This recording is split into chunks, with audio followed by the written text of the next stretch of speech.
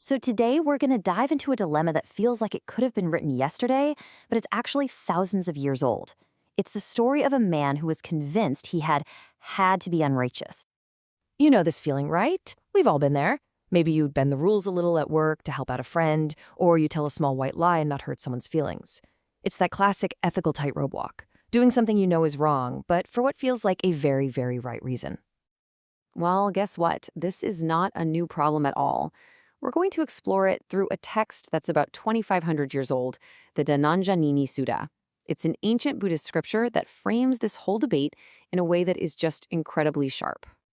All right, so let's meet the man at the center of all this. His name is Dhanañjāni, and he's a busy, important guy with a ton of responsibilities. And when he gets called out for some of his questionable actions, boy, does he have a list of good reasons.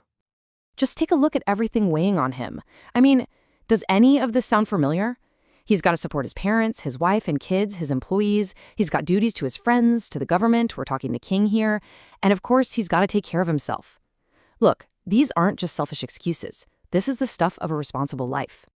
But then, this monk named Sāriputta shows up. And let me tell you, he is not interested in any of these excuses. He just cuts right through all the justifications with this series of relentless, brutally logical questions. Sāriputta gets right to the point. He starts with the big one, the most sacred duty. He basically asks him, okay, look, you're doing all this for your parents, right? But when the bill comes due, when the consequences for your actions show up, can your parents jump in and say, hey, leave him alone, he did it for us? And Dhanañjāni's answer? It's immediate. It's absolute. Just no. Of course not. Deep down, he knows it's true. And Sāriputta just keeps going, right on down the list, all the way to the top. Okay, fine. What about the king? The most powerful person in the whole country. You do these things in his service. Can he save you?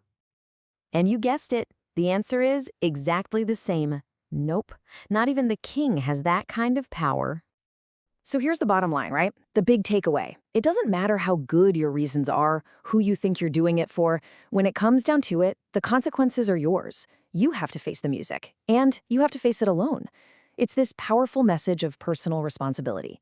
So, case closed, right? Seems like a pretty straightforward moral lesson.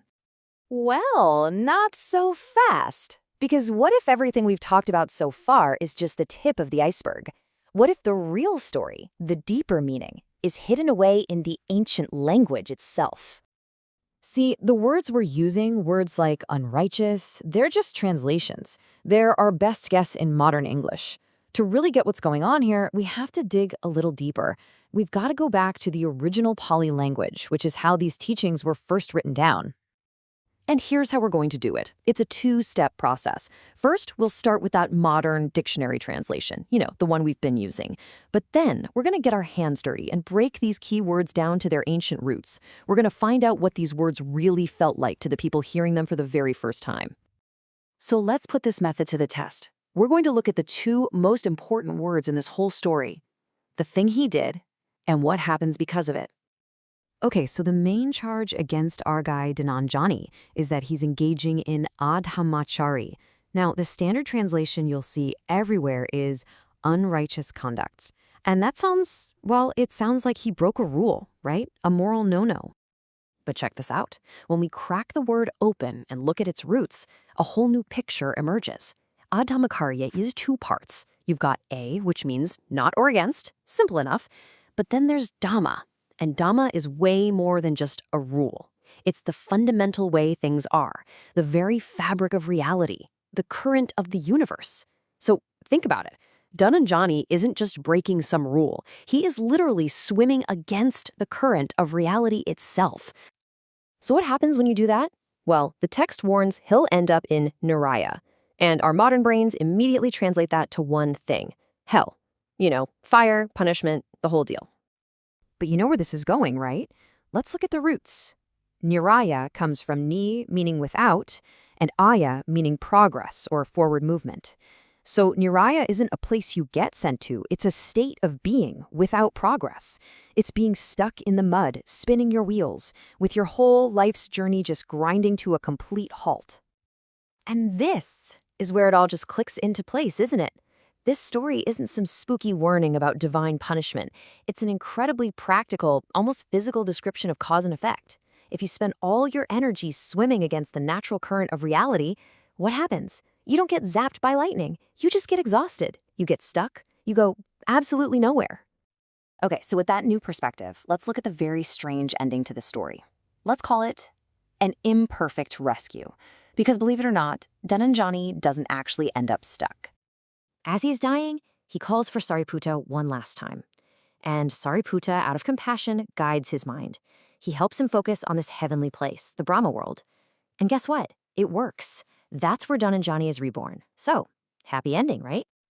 I mean, he dodged the bullet. He got a pretty sweet rebirth. He was saved.